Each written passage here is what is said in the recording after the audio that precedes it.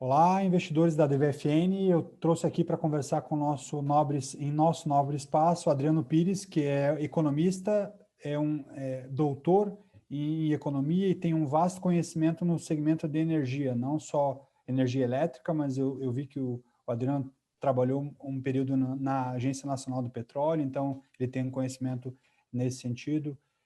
Olá, Adriano. É um prazer falar contigo e gostaria que você nos contasse para os espectadores aqui da DVFN um pouquinho da tua história no segmento de energia e como essa transformação vem acontecendo no segmento de maneira rápida. Bom, primeiro eu queria agradecer o convite de vocês para estar aqui, né, conversando. A gente atua no setor de energia há mais de 30 anos, né? Inicialmente, eu fui professor muitos anos na Universidade Federal do Rio de Janeiro, né, da COP, né, que é o Centro de Pós-Graduação em Engenharia. Já naquela ocasião, eu dava aula lá sobre economia da energia, né? Eu tinha acabado de chegar da França, né, onde eu fiz um doutorado em economia industrial na Universidade de Paris 13, né? E fiquei na universidade cerca de 20 anos dando aula, na pós-graduação principalmente, né? E depois eu tive uma experiência no governo Fernando Henrique Cardoso, montando, né? Foi uma das pessoas que criou a Agência Nacional do Petróleo, né? Naquela ocasião. Então, depois ali eu saí da agência, né? E montei uma empresa de consultoria, né? Que é o Centro Brasileiro de Infraestrutura, né? Que foi montado em 2003, né? E de lá para cá, a gente está aqui prestando consultoria aí para uma série de empresas brasileiras, estrangeiras, mercado financeiro, enfim, todo mundo que tem interesse de conhecer e de investir no setor de energia no Brasil. Nós somos uma consultoria que a gente faz planejamento estratégico, faz a questão regulatória, a questão de leis, né? Também a gente faz análise aí de venda e compra de empresas, enfim, a gente constrói cenários de energia e nós trabalhamos com energia como um todo, né? A gente é uma consultoria, talvez uma das únicas no Brasil, que nós realizamos trabalhos na área de energia elétrica, na área de óleo e gás, na área de energia renovável. Então, a gente cobre todo esse setor de energia, olhando muito essa inter-relação que existe entre as diferentes fontes primárias de energia, né? Cada vez mais eu acho que você não dá para falar de energia se você não tem o conhecimento do funcionamento, das características de todos os mercados, né? De todas as fontes, porque cada vez mais você tem uma interligação entre elas, né? Elas atuam, elas cada vez mais vão atuar de maneira competitiva, né? Entre elas, né? Então, a gente hoje está aí com o CBE, né? O CBE tem uma série de clientes, a gente produz relatórios, a gente produz artigos para jornal, a gente faz roadshow para investidor, né? A gente tem um escritório no Rio e tem um outro escritório em São Paulo. Então, essa é um pouco a trajetória minha no setor de energia. Legal. Fala-se muito da matriz energética brasileira, né, que teve uma grande mudança a partir de 2001 e sendo que o Brasil ainda tem a grande relevância como produção de energia no setor hidrelétrico, mas ele vem passando por uma transformação forte nos últimos 15 anos. O que te chama a atenção, assim, como alguém que é especialista nesse segmento? Quais têm sido as grandes mudanças desse segmento e aonde você acredita que será o futuro para daqui a 15 anos? Primeiro, eu quero mostrar para vocês que muita gente confunde o que é a matriz energética, o que é a matriz elétrica. A matriz energética ela é composta de todos os setores da economia, né? Então, você tem o transporte, você tem a própria energia elétrica, né? Você tem, então, todas as fontes, né? Você tem a água, você tem o petróleo, você tem o gás natural, você tem a biomassa, né? O cana-de-açúcar, que produz etanol. Outra coisa é a matriz elétrica, né? Que é aquela matriz que a gente olha que fontes de energia geram, né, energia elétrica para o Brasil. E aí, nesse caso aí que você está colocando a tua pergunta, a matriz elétrica brasileira ela tem sofrido mudanças muito importantes nos últimos anos, né? A gente teve um evento importante em 2001, 2002, que foi o racionamento, né, do governo Fernando Henrique Cardoso, né? Então, esse racionamento ele impactou o país, né, em termos de crescimento econômico, né? A gente tem que entender que só cresce a economia se você tiver energia, né? A energia é a alavanca do crescimento econômico, e sempre foi assim, né, na história econômica mundial. Então, você de lá para cá, você tem reduzir a matriz elétrica brasileira, ela é uma matriz muito limpa, é uma das mais limpas do mundo, né? Mesmo a matriz energética brasileira também apesar da gente ter petróleo, gasolina, diesel aí, também é uma das mais limpas do mundo, graças ao etanol, né? E agora também você tem o biodiesel. Mas a elétrica é mais limpa ainda. Por quê? Porque, historicamente, o Brasil sempre produziu energia elétrica através da água, né? das hidrelétricas, né? Então, as hidrelétricas, a água é uma energia renovável, né? Então, o Brasil sempre teve, então, independente desses movimentos mais recentes de preocupação com emissões, né, de gases, o Brasil sempre foi exemplo de energia limpa, e continua sendo, né? Para você ter uma ideia, o Brasil emite aí 3% das emissões de gás do mundo, os Estados Unidos emite 15% ou 18%, China mais de 20%, né? E mesmo com essas transformações que a gente ouve na matriz elétrica brasileira nos últimos anos, que é uma redução da participação da geração hidrelétrica e um crescimento de outras fontes, em particular, estamos falando aí de eólica, né, que também é uma energia limpa, renovável, estamos falando de solar, né, que também é uma energia limpa e renovável, e também até de térmica, onde você tem o gás, que é fóssil, mas ele dentre os fósseis é o mais limpo, né? A participação de energia no Brasil já era carvão, por exemplo, que é uma fonte mais suja, é muito pequena, né? Então, o que aconteceu no Brasil nos últimos anos, quer dizer, a gente tem uma matriz elétrica baseada muito em energia limpa, porém com um calcanhar de Aquiles, que é o fato de ser intermitente, né? Então, eu vou explicar para vocês. Até o governo Lula, né, até a gestão da ministra Marina Silva no meio ambiente, as hidrelétricas brasileiras elas eram construídas com reservatório, basicamente, né? Então, essas hidrelétricas elas tinham uma característica de poder regularizar o sistema, né? Então, mesmo quando não chovia, você tinha lá uma cisterna, vamos dizer assim, cheia d'água, que garantia, né, a segurança de abastecimento em períodos onde você tinha pouca chuva. No primeiro governo do presidente Lula, a ministra Marina Silva, ela conseguiu passar uma legislação onde ela proibiu a construção de usinas hidrelétricas com reservatório. Então, de lá para cá, você só construiu usinas a fio d'água, né, que a gente chama, mas, no fundo, quer dizer, são usinas sem reservatório. Então, essas usinas elas só geram energia quando chove.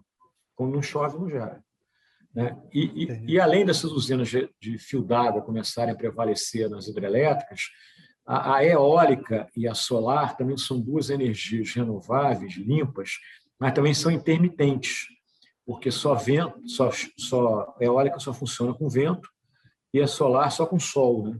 Então, tem que fazer sol e tem que ventar para essas fontes gerarem energia. Isso, na realidade, tem criado na matriz elétrica brasileira uma certa insegurança no abastecimento, né? Por quê? Porque a gente fica muito dependente do clima, né? E o clima é uma variável que você não controla, né? Você já viu algum meteorologista acertar? Eu nunca vi. Então, é difícil mesmo, né? E isso, então, na minha opinião, é um problema que a gente passou a ter no Brasil, né?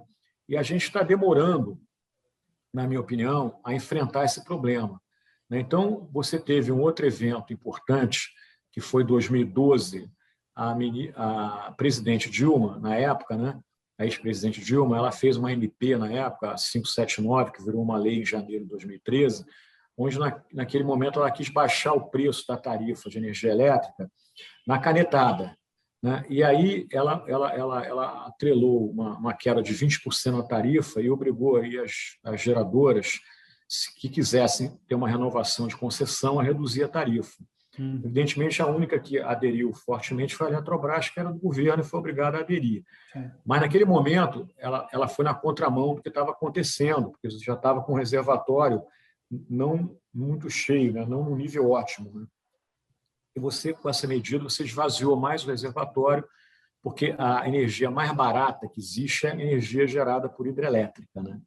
E de lá para cá, você tem tido um regime de chuvas que não tem sido suficiente para você voltar a ter um nível ótimo de reservatório no Brasil, né?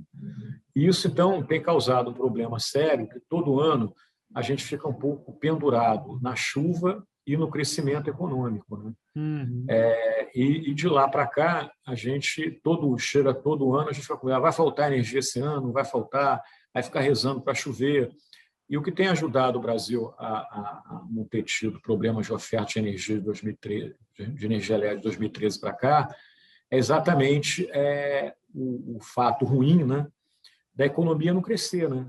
Há 10 anos o Brasil cresce abaixo de 1%, né? E isso tem salvo o Brasil de racionamentos. Além disso, você também tem tido, né, tarifas muito elevadas, né, nesses períodos que a tarifa, sempre que você quer evitar um racionamento físico, a primeira medida em termos econômicos que você toma é, entre aspas, provocar um racionamento econômico, né? Elevar a tarifa para incentivar a redução de consumo, né? Então, você tem vivido uma situação ruim, que tarifas elevadas, muito subsídio e, todo ano, risco de faltar energia, né? E esse ano, por exemplo, você está agora em 2021, não é diferente, talvez até é um ano mais grave que os anteriores, né? Porque esse ano choveu menos ainda, né? Você está hoje com nível de reservatório, por exemplo, no Sudeste, que é a principal região de consumo de energia elétrica no Brasil, e onde também você tem mais usinas ainda com reservatório, com nível de 35%. Ano passado, nessa mesma época, estava em 58%. Né? Então, você já está com bandeira vermelha, né? ANEEL, e eu acho que você vai ter um segundo semestre muito complicado, porque a tendência é o reservatório esvaziar mais ainda, porque você só volta a ter chuva no final do ano, né? Período de chuva. Então, a gente, esse ano, eu tenho brincado que a gente está pendurado na vacina, né, em São Pedro, né? Porque se a vacina der certo e o Brasil voltar a crescer, é um problema sério que a gente vai ter. E se não chover, pior ainda, né? Então, o setor elétrico, para variar, ele está dependendo hoje de duas variáveis exógenas ao setor, que é o crescimento econômico e a chuva, né? Mas olhando isso que você está desenhando, esse caminho que você mostrou e o que você pontuou nessa matriz elétrica, né, no caso, que é a questão das hidrelétricas já não terem a questão da cisterna, que parecia um avanço, mas pelo que o histórico tem mostrado não foi, né? Apesar de não ter chovido tanto, mas se a gente tivesse uma cisterna, talvez a gente tivesse como se fosse um banco... Segurança de abastecimento, né? Teria um banco de bateria, né? Um estoque, né? Você poderia trabalhar com estoque. Isso. E a questão do eólico e do solar, se tivesse um outro caminho para pensar, e aí parafraseando uma frase da Dilma, que era estocar o vento, também seria uma linha do... porque você, para estocar o vento e estocar o solar, você precisa de bateria, né? Exato. E as baterias hoje ainda são muito caras, né? Entendeu? Então você não consegue botar bateria no Brasil, nem praticamente em lugar nenhum do mundo, porque senão a tarifa explode, né? E a tarifa brasileira ela já é muito cara, né? Então, a gente está adiando resolver isso de uma forma que a gente tem condições de resolver, que é a gente colocar mais térmica rodando, né? E térmicas, eu falo térmicas mais na base do sistema, né? Rodando o tempo todo, né? Uma quantidade X de térmica, que pode ser, na minha opinião, coisa como 8 gigas ou 10 gigas de térmica a gás na base. Por quê? Porque essa térmica na base ela vai proporcionar o quê? É o que você já falou, ela vai ser a bateria que a hidrelétrica com reservatório era. Né? E vai ser bateria para ajudar a controlar o nível do reservatório e para também ajudar na expansão da eólica e da solar, causando, ao mesmo tempo, a garantia de suprimento. Né? Então a gente está demorando a fazer isso. E também, se você botar térmicas na base do sistema, você também vai diminuir um outro evento que está acontecendo de forma recorrente desde 2013, que é uma volatilidade muito grande no preço da energia. Você tem momentos que o preço da energia, que o pessoal chama no mercado de PLD, né? Ele tem variações de 600%. não existe nenhuma mercadoria na economia brasileira com esse nível de volatilidade. Esse nível de volatilidade mostra que tem algum problema, né? Não é normal uma volatilidade dessa ordem, né? Então, na hora que você bota a térmica na base, você também consegue reduzir volatilidade, né? Tá certo? Volatilidade hoje, ela é muito boa para quem comercializa energia, né? Mais no trade do que o comercializador de energia, ele é um especulador, né? Então, quanto mais volátil está o mercado, mais ele ganha dinheiro, né? Mas, assim, mas tem que ter uma volatilidade um pouquinho mais organizada, porque hoje, na realidade, se você olha para a cadeia do setor elétrico, quem ganha mais dinheiro é o comercializador, que é o segmento que menos investe e menos emprega. Você vê, por exemplo, nos últimos anos, e continua acontecendo agora, os bancos resolveram abrir comercializadoras de energia. O BTG, o Santander, a XP. Né? Por quê? Porque ninguém sabe lidar melhor com especulação do que o banco. É verdade. Né? Então, e esses comercializadores, eles não acrescentam 1 megawatt sequer no sistema. Né? Então a gente está numa situação que a gente, todo ano, está batendo na trave, né? E está passando de raspão aí. Por quê? Porque acaba que chove um pouco e, principalmente, acaba que o país não cresce. Mas aí, todo ano, a gente revive o pesadelo. Né? Todo ano. Aí, esse ano, vai faltar energia. E como é que fica a tarifa? Porque o governo não tem atacado, na minha opinião, as causas de você ter tarifa elevada, muito subsídio e risco de faltar energia. E nesse desenho que você falou da termoelétrica, amarrando a termoelétrica como se fosse de fato um estoque de energia para controlar e diminuir essas variações que o próprio mercado faz quando ele está desorganizado, né? Quando ele vira um caos, né? Vira um mercado exatamente isso. E vamos lá, e você tem gás no Brasil, né? O Brasil, antigamente, ele não tinha gás. O Brasil sempre teve muito óleo e pouco gás. Né? Tanto que a gente começou a desenvolver o mercado de gás no Brasil através do gasoduto Brasil-Bolívia, com a importação de gás boliviano. Mas hoje você já também você pode importar gás de outros países através do gás natural liquefeito. Né? Você está construindo uma série de terminais ao longo da costa brasileira, inclusive acoplados à térmica, né? Porque a térmica, na realidade, ela funciona como um consumidor âncora para o gás.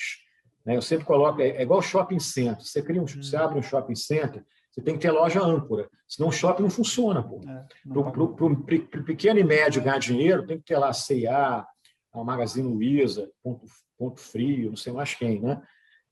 E o setor de gás também. E também agora a gente tá com um grande potencial de produzir gás nacional, tanto em terra quanto no mar. Né? A Petrobras fala que no pré-sal, nos próximos 10 anos, você vai dobrar a produção do gás brasileiro do pré-sal. E o gás brasileiro do pré-sal, como até o da Amazônia, ele tem uma característica importante, que ele é um gás associado a petróleo. Você tem 2 tipos de gás, o associado a petróleo e o não associado. Para dar exemplo, Bolívia é um gás não associado. Então, a Bolívia produz muito gás, não produz óleo. Agora, a característica do gás associado é interessante, porque para você poder tirar o gás, o petróleo, você tem que tirar o gás. Então, se a gente for do ponto de vista econômico, o custo marginal do gás associado é 0, porque você não consegue tirar o óleo se não tirar o gás. Agora, esse gás, para ele não prejudicar a produção do óleo no campo, ele precisa ter uma demanda garantida para ele. Não adianta eu vender esse gás para um consumidor que consome gás uma semana e na outra não consome, porque aí eu vou prejudicar a curva de produção do campo de óleo. Por isso que a térmica na base também ajuda o setor de gás no Brasil, porque é uma térmica que vai funcionar o ano todo. Então, eu vou criar uma demanda garantida. Então, a térmica na base ela é bacana para gás associado e é o que a gente tem. Entendeu? Então, eu acho que o governo está demorando muito a caminhar nessa direção. A gente teve uma oportunidade recente de avançar, que foi a lei do gás, que foi aprovada aí recentemente, já sancionada, acho que no dia 8 de abril, pelo presidente Bolsonaro, onde você não colocou esse aspecto. Tinha uma demanda do mercado, de alguns agentes colocar essa questão, mas não foi colocada. Entendeu?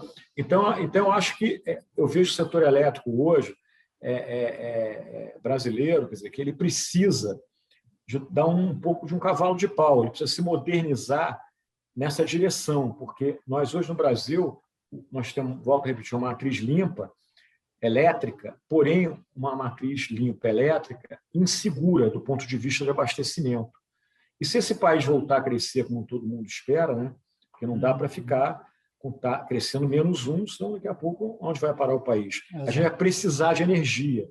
Então, a gente não pode transformar a energia em determinado momento, pode ser esse ano, que vem ou no outro, num obstáculo à retomada de crescimento econômico. Entendeu? Então, e energia é uma coisa que você tem que se preparar antes. Você não consegue aumentar a oferta de energia da noite para o dia. Tem uma frase sua que eu gosto, que você tem cunhado, em alguns lugares eu li e gosto muito, que é aquela energia. O que é uma energia cara? Energia cara é aquela que você não tem e exatamente. é muito A energia mais cara é aquela que você chega na tua casa e está um calor danado, você quer ligar o ar-condicionado e você não liga. Então, você paga qualquer coisa para alguém te dar uma energia para aquele ar-condicionado começar a funcionar, entendeu? Então, a mais cara que a gente não tem realmente. A energia mais cara é essa. Agora, o Brasil ele é um país que tem uma oferta primária de energia muito grande e a gente não precisava ter uma energia tão cara. Por que a gente tem energia muito cara no Brasil? Porque tem muito subsídio também, né? Então, você na tua tarifa, ou eu, a gente paga uma opção de subsídios para outros se beneficiarem. Entendeu? Então, o subsídio é uma das explicações para ter tarifa cara. Então, subsídio para eólica, subsídio para solar, você vê. Nesse momento, você está, na minha opinião, com um problema aí, batendo na porta, mais grave que do ano passado, em relação à questão de oferta de energia, de garantia de suprimento, e você está discutindo no Congresso, nesse momento, uma lei de geração distribuída solar, aonde pode passar um subsídio de mais de 100 bilhões de reais para os próximos 30 anos. Quem vai pagar esse subsídio? Nós. Então não adianta você querer... não dá para conciliar subsídio e tarifa barata. Não tem como. Entendeu? Teria que ajustar, de fato, o modelo e a própria matriz para que ela fosse, de fato, sustentável. Né? E no caso solar, tem um agravante que esse subsídio vai ser pago por quem não tem dinheiro para botar painel solar. Né? Então, vai ser eu brinco, o subsídio solar é o subsídio Robin Hood às avessas. Né? Você tira do pobre para dar para o rico. Né? Entendeu? Então são essas contradições, né, que você tem no setor elétrico brasileiro que a gente precisa mudar para a gente ter um setor que tenha tarifa competitiva e garantia de abastecimento. Esse ano, a gente está pensando em fazer um leilão de capacidade, né? O governo. É muito importante, porque o leilão de capacidade é aquele leilão que vai gerar energia, a tal da potência, que é para atender qualquer momento que falte energia. Né? Porque hoje o Brasil tem um problema de energia e de potência. Por quê? A eólica e a solar, vamos lá, e a própria energia hidrelétrica intermitente, ela não atende potência. Né? Porque eu não ligo... faltou energia no Nordeste. Não vou ligar a eólica e a solar para atender. A única maneira de gerar potência é com térmica. Ou a óleo, que não é legal, porque é poluente, ou a gás, ou nuclear. A nuclear também faz esse papel. Eu sou daqueles que defendem você dar uma continuidade no programa nuclear brasileiro. Eu acho que a gente deveria gerar mais energia no Brasil de origem nuclear. A gente tem Angra 1, Angra 2, está aí um rolo com Angra 3, mas está se resolvendo, mas eu acho que merecia, por exemplo, térmicas nucleares no Nordeste. Entendeu? Agora, as térmicas nucleares, elas demoram mais tempo para ser construída que uma térmica a gás. Né? Mas, de qualquer maneira, eu acho que também é uma medida que seria interessante, até porque a nuclear ela tem uma vantagem também, que ela é energia limpa. Né? O nuclear não emite emissão nenhuma. Entendeu? E essa bobagem de que vai explodir, que vai dar problema, se você olhar o histórico das nucleares no mundo, os acidentes são muito pontuais e muito pequenos em relação ao que existe em geração nuclear. Chernobyl porque era a União Soviética, os caras não tinham compromisso com a manutenção, com a segurança, né? Aquilo era um negócio numa caixa preta. Né? Mas a França, por exemplo, hoje, que é um dos países que mais gera energia com nuclear, nunca teve acidente nenhum. Tá certo? Então, eu acho que a gente também deveria olhar um pouco essa questão dessa rota tecnológica do nuclear. Né? Perfeito. E olhando essa questão que a gente estava falando lá atrás, dessa não conexão da termoelétrica como de fato um estoque desse mercado, dessa matriz, o que falta de fato? Não só a legislação, mas na tua leitura, o que está faltando para que aconteça essa conexão com o mercado e para que isso, de fato, possa ser efetivado? Eu acho que a primeira coisa, falta legislação, falta regulação, né? Para você dar... Porque energia, é importante você ter uma legislação que dê segurança jurídica, porque os investimentos são muito elevados, cara. Você não pode entrar investindo se você não tem uma segurança jurídica que é dada por uma legislação. Outra coisa também que é importante no setor de energia é que você tem que ter estabilidade regulatória, você tem que ter uma regulação também que te incentiva a fazer aquele investimento, né? Porque é um investimento capital intensivo e de retorno de longo prazo. Então, eu acho que no Brasil hoje você não tem nenhuma nem outra, não tem nem segurança jurídica, nem estabilidade regulatória. Então, esses dois passos são fundamentais, né? E aí, quer dizer, você com isso, você tem que criar mercado também. O que acontece hoje? O gás do pré-sal hoje, está lá os produtores de, gás, de óleo no pré-sal, o que eles estão fazendo com o gás? Eles estão reinjetando o gás. Né? Você tem uma ideia? Hoje você está reinjetando assim, 50 ou mais milhões de metros cúbicos dia de gás. Isso é mais ou menos a produção nacional de gás. Caramba. Você tem ordem de grandeza. Você hoje, a capacidade de importação da Bolívia é 30 milhões de metros cúbicos. Está falando de rejeição superior a 50 milhões. Ah, mas parte desse gás tem que ser reinjetado. Tem sim, porque uma parte tem que ser reinjetado para o quê? Para dar pressão no campo e você produzir mais óleo. Mas outra parte não precisaria ser reinjetado. Ele poderia ser colocado no mercado. E por que não é colocado? Porque o dono lá, ele está na plataforma, eu brinco, ele pega o binóculo e olha para o litoral e não vê mercado. Cara. Então, como é que ele vai? Ele vai trazer o gás para vender para quem? Entendeu? Porque se ele começar a ver mercado aí, e ver segurança jurídica, regulatória, ele começa a fazer investimento em infraestrutura, que é gasoduto, é unidade de tratamento de gás, que no Brasil é muito baixa a infraestrutura de gás brasileira. Pô, comparado com Colômbia, com Argentina, com Europa, os Estados Unidos se fala. A gente tem 40 mil quilômetros de duto no Brasil, os Estados Unidos têm 400 mil. Né? Você tem uma ideia, gás encanado em residência no Brasil, só 2% das residências brasileiras têm gás encanado, 2%. É nada. Tá? O resto todo, como é que cozinha o resto? Com botijão de gás, ou com lenha, ou com álcool, com garrafa PET, ou com, sei lá, da maneira mais atrasada possível, entendeu?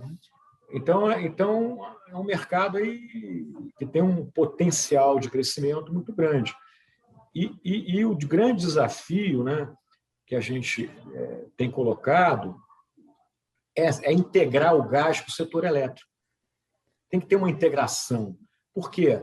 Porque você só consegue desenvolver o mercado de gás de maneira a transformar esse gás num protagonista da matriz energética brasileira, da matriz elétrica brasileira, se você tiver o grande consumidor âncora, que é o setor elétrico. E hoje não tem nenhuma distribuidora do setor elétrico fazendo esse movimento. Entendeu? Então, quando você cria a âncora, depois você começa a ter outro consumidor. Você bota levar o gás para o automóvel, você leva o gás para a residência, você leva o gás para outras indústrias, mas você precisa criar um volume de compra de gás que viabiliza a construção da infraestrutura, que é o duto. Tá certo? E isso a gente não está fazendo no Brasil. Então, essa integração, que é uma integração que ajuda o gás, quem produz gás, e ajuda também o setor elétrico, né? Porque você vai criar mercado para esse gás que hoje está sendo reinjetado, e no setor elétrico você vai criar o que eu já falei, você vai poder gerenciar melhor o nível de água do reservatório, você vai diminuir a volatilidade do preço de energia, e você vai ter uma espécie de bateria virtual através da usina de gás para que você cresça a oferta eólica e solar sem que isso signifique risco de falta de energia. Entendeu? Então, eu acho que o desenho é um pouco esse, mas a gente está atrasado. Né? Então, a coisa não anda. Entendeu? E a gente tem todas as condições desse negócio andar. Tá certo? Então, assim... E as principais indústrias hoje, e as geradoras de distribuidoras, existe alguma delas que tem feito algum movimento nesse sentido de trabalhar o gás? Você tem aí as distribuidoras de gás, elas também, basicamente, as duas distribuidoras de gás que investiram em aumento de rede, né, foi quem? A Comgás em São Paulo e a SEG no Rio. Por quê? Porque as duas são privadas.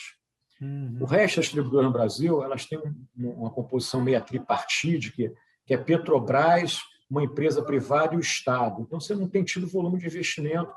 Agora, também não tem tido volume de investimento, é aquele negócio. Porque também não tem mercado e porque também não tem gás. Porque as distribuidoras hoje, o único fornecedor de gás para a distribuidora é a Petrobras. Então, você tem um monopolista que bota o preço que ele quer.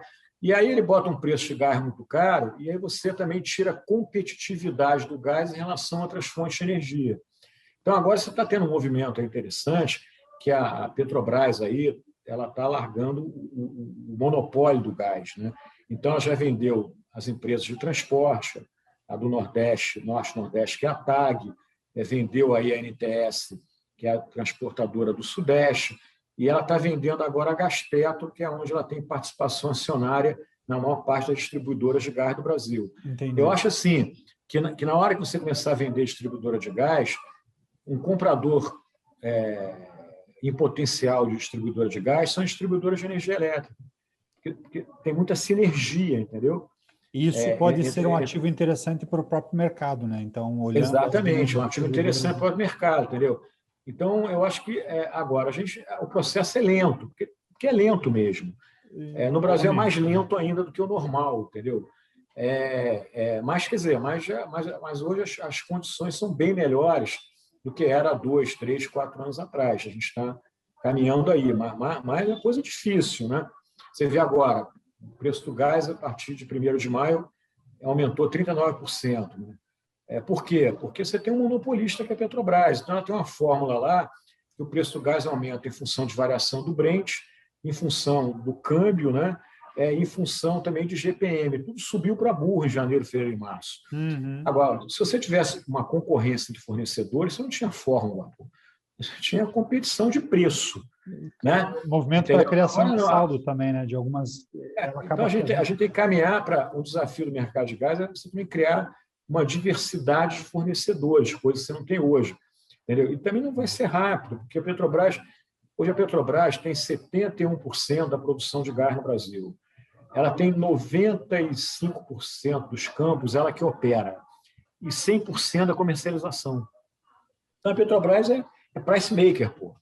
E vai ser por um bom tempo, a não sei que o governo vá lá e pressione. Mas essa era uma forma de tem que pressionar mais. E essa era uma forma, talvez, um pouco mais inteligente até de poder trabalhar a questão do preço na ponta, né?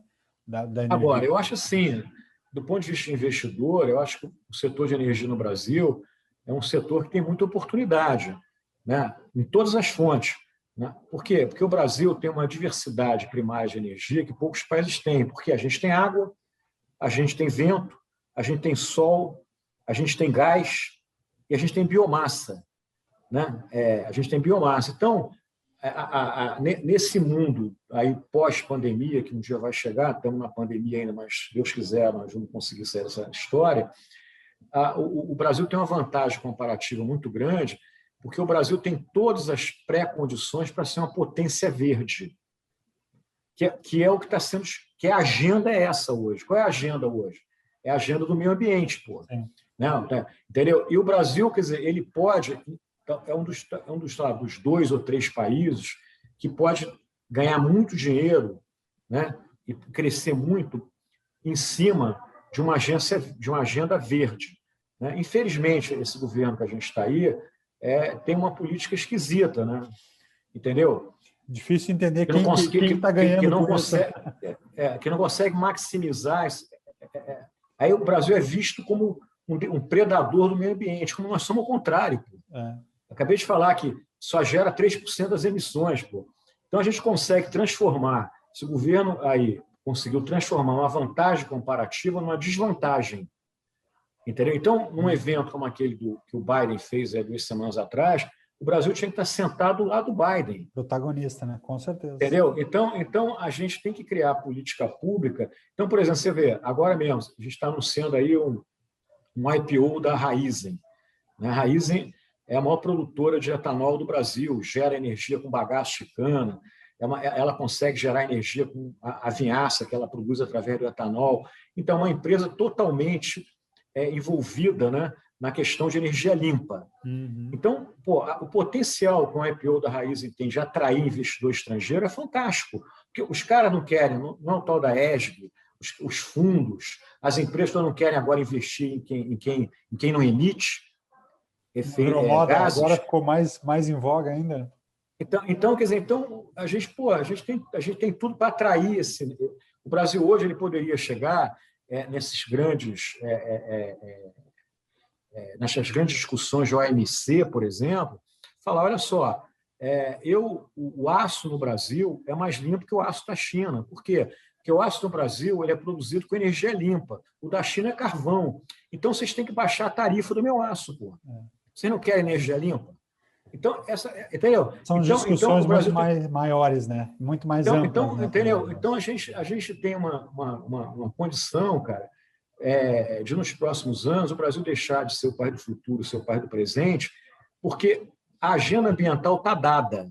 É uma questão só de timing. Essa agenda ambiental não vai ser tirada de cima da mesa. Ela vai acelerar mais ou acelerar menos. Mas a gente sabe que a questão da mudança climática é uma questão que todo mundo está perseguindo, né? Porque a mudança climática é aquela coisa de um copo d'água, né?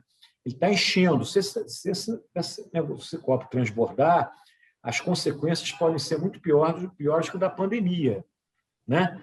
Então, da mesma maneira que o discurso negacionista da vacina não faz sentido, também não faz sentido, né, o discurso negacionista do meio ambiente. Dizer, mudança climática, isso é besteira. Entendeu? Não é besteira, porra. Da mesma maneira, né? Você tem que acreditar na ciência, né? Então, mas para a gente isso é muito bom, pô. A gente deveria incentivar no Brasil, quer dizer, não, o mundo tem que acelerar a ter uma matriz mais limpa, o mundo tem que acelerar a querer consumir produtos mais limpos, porque nós somos o grande país para ganhar dinheiro com isso. Isso aí. Né? Entendeu? Então, eu acho que essa questão que a gente mereceria, né, um debate maior, né? E a gente espera que isso vai acontecer uma hora. O problema todo é que a gente está sempre atrasado, né? Entendeu? Então, assim, dá pena a gente ver lá os Estados Unidos tirando onda de que vai zerar as emissões, quando a gente já está quase que zerando. O cara emite quase 20% das emissões do mundo, eu emito 3%, porra. Então, para mim, chegar de 3 a 0 é muito mais fácil chegar de 20 a 0. É verdade. Entendeu? É uma matemática trivial, né? E aí, então, eu acho que, volto a dizer, no setor de energia, então, a gente tem esse potencial enorme. Você vai ter IPOs aí de empresas que produzem biodiesel. Quer dizer, tudo, quer dizer, vai nessa direção, na minha opinião, de você mostrar para o mundo, bota dinheiro aqui dentro, cara. O fundo dos grandes fundos, cara, vocês têm que comprar ação de empresa brasileira, pô. Porque é aqui que a gente tá fazendo o dever de casa faz anos, né, de agora, né, de salvar aí o planeta, né? Eu te dar um exemplo. Das 20 cidades que mais poluem, em termos de cidade grande, que mais poluem no mundo, não tem nenhuma brasileira. Legal. Por que não tem nenhuma brasileira? Porque a gente mistura 27% de etanol na gasolina. Que legal. E, além disso, a gente ainda produz o etanol hidratado, que você pode botar no carro 100% etanol. Então, o etanol ele trouxe um benefício ambiental para os grandes centros urbanos brasileiros de tirar a gente dessa estatística. Quer dizer, quais são as 20 cidades mais poluentes do mundo? Todas são chinesas ou indianas. São Paulo não está nesse ranking. O tamanho entendeu? Em São Paulo. Entendeu? Adriano, então é isso. Eu agradeço a conversa, tá excelente. O único problema é nosso limitador de tempo. Mas a gente marca um próximo bate-papo. Foi um prazer conversar contigo e acho que essas eram as reflexões que a gente queria trazer para o nosso espectador. Assim, acho que é uma leitura muito mais macro, né? Não só da matriz energética, como da matriz elétrica e também do comportamento humano, né? O que você fala, que nós já somos um país verde, mas a gente se vende mal como nação, né? A gente se vende mal como natal. O mundo a tendência do mundo, né, cara, é se eletrificar, né?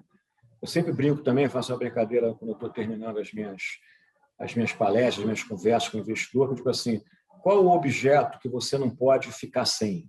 Aí o pessoal fica pensando, no mundo de hoje, o celular, não, é a tomada, porque sem tomada o celular não funciona. É isso aí, é bem isso.